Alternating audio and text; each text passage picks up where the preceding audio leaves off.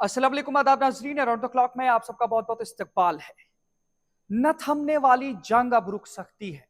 जी हाँ नाज़रीन, यूक्रेन और रशिया की 2 साल से लगातार मुसलसल चली जंग का अब खात्मा जल्द हो सकता है।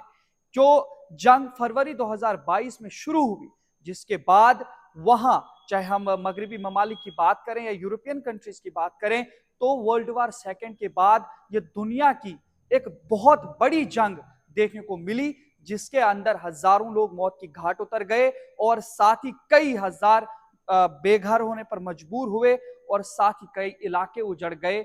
लेकिन फिर भी इस जंग में कुछ हासिल न हो सका।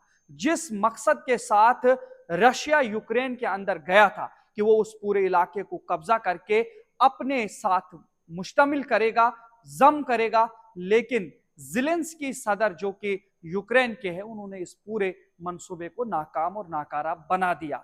अब जानकारी देंगे तो यूक्रेन के अंदर अमेरिका के अलावा काफी सारी ऐसे अफवाज ने भी यूक्रेन की मदद की, हिमायत की रशिया के मुखालिफ इस जंग को लड़ने में। लेकिन अब जिस तरीके से आपको बताएंगे कि पहले सऊदी अरब के अंदर जो वजीर खारजा अमेरिका के मार्को रूबियो और उनकी रशिया के एक वफद के साथ मुलाकात हुई, जहां पर यूक्रेन रशिया वार के हवाले से एक गुफ्तो शनीद हुई, मुज़ाकरात हुए और पुरअमन अहवाल के हवाले से भी वहां से उम्मीदें बताई गई हैं। लेकिन अब जिस तरह से सदर ट्रंप और पुतिन के दरमियान गुफ्तगू हुई है टेलीफोनिकली, और अब बहुत जल्द वो आपस में मुलाकात करेंगे, रशिया यूक्रेन वार को रोकने के लिए वो मिलेंगे, मुलाकात करेंगे और साथ ही वो टीमें भी बन चुकी हैं जो इस मामले में अमन मुज़ाकरात करेंगे और अमन मुज़ाकरात के बाद अब ये वार थम सकती है। और जिस हवाले से सदर डोनाल्ड ट्रंप ने अपनी एक तकरीर के दौरान यह भी कहा है कि अगर मगरबी ममालिक